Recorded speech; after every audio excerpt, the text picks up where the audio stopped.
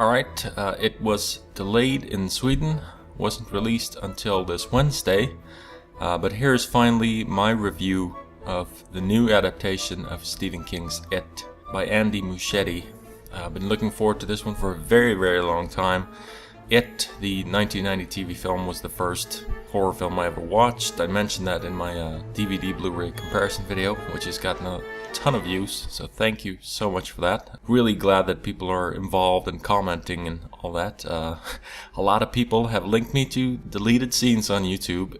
I've seen them, okay? You can stop linking me those deleted scenes. I've seen them, but thank you so much for that.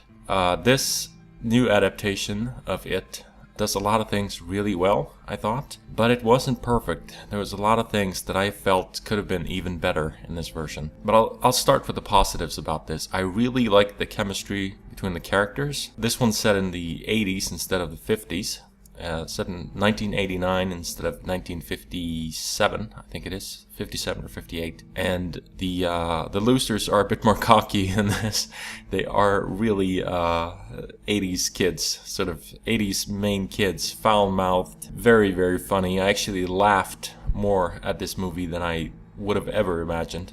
Probably laughed more at this than any other horror movie I've ever seen, any other sort of straight horror movie anyway. And I really like the chemistry between them. I think Richie and Eddie and Bill and Bev tend to steal the show in this movie. They were great, but all the actors did a really good job. I would have liked to see more of Mike in particular. That's kind of the character I was perhaps a little dissatisfied with because they changed his backstory the most, and he wasn't really heavily featured in the movie. He was, he was there, but he wasn't sort of a key character.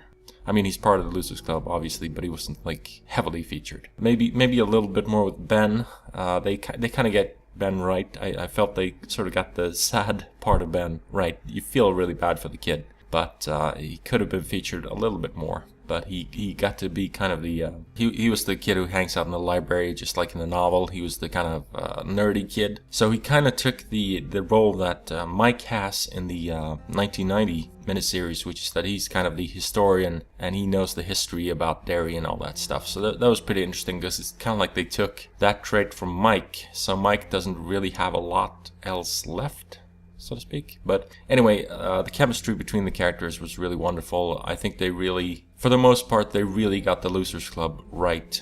The actors did a great job. They were very, very funny. They were very... it was very quick to that's almost kind of a negative too. It's very, very quick.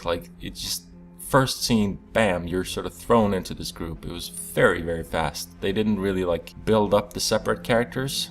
It's kind of like you get to know them along the way, but it was pretty quick in the beginning, I thought. But that's a very minor thing. I understand why you need to do that, because the movie can't be, 4.5 hours long. I think Bill Skarsgård did a great job as Pennywise too. Tim Curry is fantastic. I'm always going to love Tim Curry's performance as Pennywise, but I really feel that this was more in line with the novel. They were able to finally do things with CGI and such that they were never able to do on a TV budget in 1990. So you really get to see the full scope of the terrible things that Pennywise can do, and the full breadth of all these horrible shapes and forms and all those terrible things. I really felt like he was kind of mocking the kids. He calls Eddie Eds in this, which was Richie's nickname for him in the novel. I thought that was a very nice touch. It's kind of like he's using that to kind of turn it against them. And there's a lot of that in this movie. I really feel like he was antagonizing them, really pressing their buttons. And I thought that was really, really interesting to see.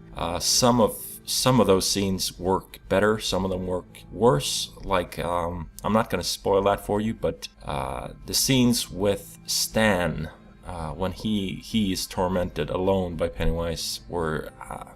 I felt those could have been better. They could have done something else there. But there were a lot of little in-nods and a lot of details from the book that they've kind of shifted or used in a very different way, and I thought that was very interesting as well. I felt the movie was very well photographed and presented, but I also feel like the jump scares get kind of tired after a while. It's kind of like you get used to the pacing and the rhythm and the loudness of them, so it's like halfway through the movie or something, I just kind of sat back and relaxed. I think the audience was getting more and more on edge, and I was kind of like, well, it's kind of a jack-in-the-box Pennywise would pop up and do something scary every once in a while, but it wasn't really as atmospheric as I would have hoped. It has atmosphere, but it's not the key component to the film.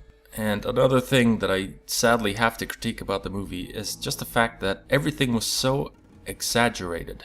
Everything in this movie was turned up to 11, so to speak. Take the scene with Beverly in the bathroom, for instance. We all know that scene. We've read it in the novel. We've seen it in the miniseries. They've exaggerated that 1,000-fold here. It's kind of like a scene out of Evil Dead 2 or something. And I felt they just pushed it too far. They pushed everything a bit too far in this movie. To the point where it didn't feel grounded or realistic anymore. It didn't feel like a real, believable town. It felt more like a haunted house experience. You know, when you're at a carnival and you walk into those haunted houses, like you'll get a couple of laughs and a lot of scary things will pop up, but it's never going to feel real or totally genuine. And sadly, that's kind of my biggest critique about this film, is that's the way I felt about this movie. It didn't really touch me. It didn't really affect me emotionally, beyond the fact that I laughed a lot and there were some scary things that popped up every now and again. So that was my biggest complaint about the movie overall. There were some changes from the novels, a couple of scenes where they altered things and characters had different backstories and different motivations and stuff. They were okay for the most part. I can see why they did that. Some of them I wasn't totally wild about, but there's nothing catastrophic in here. There was nothing horrible like that. It was a well-made film overall. I just kind of wish they had spent a bit more time just on the atmosphere, presenting the town of Derry. It was more like they were just kind of using it for scenes with the losers or shock scenes with Pennywise or stuff like that. There wasn't really a real sense that this was a real main town with real living people in it. Because that's what I really found compelling and scary about the novel, is the fact that Stephen King describes this town as very real. It's full of real people, it's a real believable environment, but it's skewed, slightly darker, slightly more worrisome and disturbing than your average small town. So he was really sort of commenting on the real horrors of life, but slightly exaggerated in this horror story. Take like the kid's parents, for instance, is a great example. Like Beverly's father is this horrible man.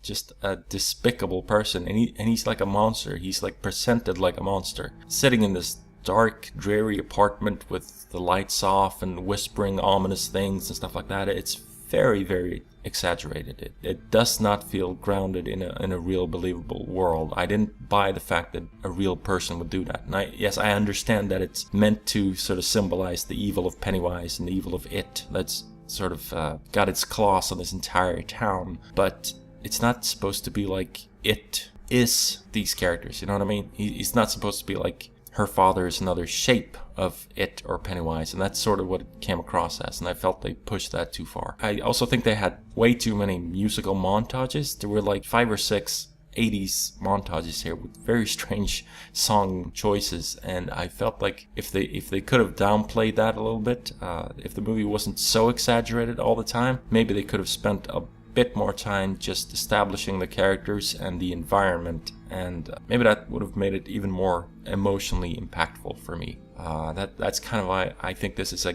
good movie. It's a very entertaining movie, but it's not a great movie. I think I'd give it 6.8 out of 10 or something like that, something along those lines, or maybe a 6.7 out of 10. It's somewhere along those lines for me. It's not quite up there as a great movie. Not to say that I didn't enjoy it. There were great moments in the movie. It was just that the overall experience was, it just felt kind of, sort of fake, for lack of a better word. I wasn't totally emotionally hooked, even though they did a lot of things right.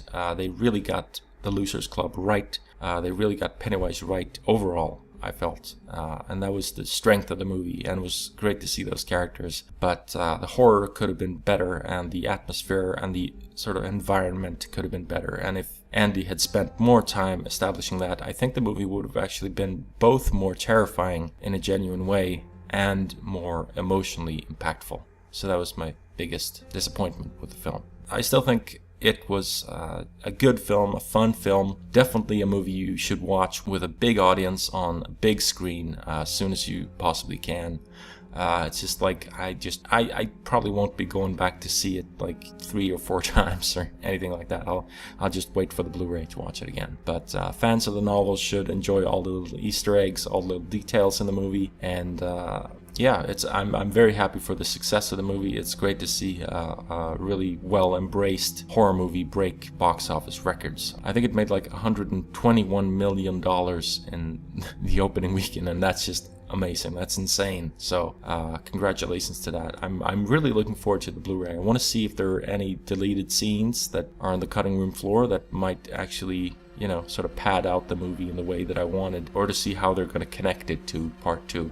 Or chapter 2, which they're calling it, I guess. So I'm going to be very interested to see what they do with chapter 2, and maybe chapter 2 can do more of what I wanted here, which is kind of to ground the movie a little bit more and spend a little bit more time on making it sort of believable and real, because that was the one thing I didn't take away from this. So anyway, still a very fun movie, a very it was kind of a very crowd-pleasing movie. It was a lot of fun to see on the big screen with an audience. They were startled a lot, and yeah, it was a cool adaptation of It. But I sort of feel in a strange way that if you want the ultimate It movie, you kind of have to pick and choose details from this and from the 1990 TV movie, because they both do things differently, and they both do things that the other one couldn't or didn't, so to speak. So I kind of feel like they're complementary, really. You should definitely see them both and enjoy them both for different reasons. Okay, so that was my review of It. Hope you've enjoyed that. I will be back in the future. I'm not making as many videos as I used to, but I should be back pretty soon with some cool stuff to share.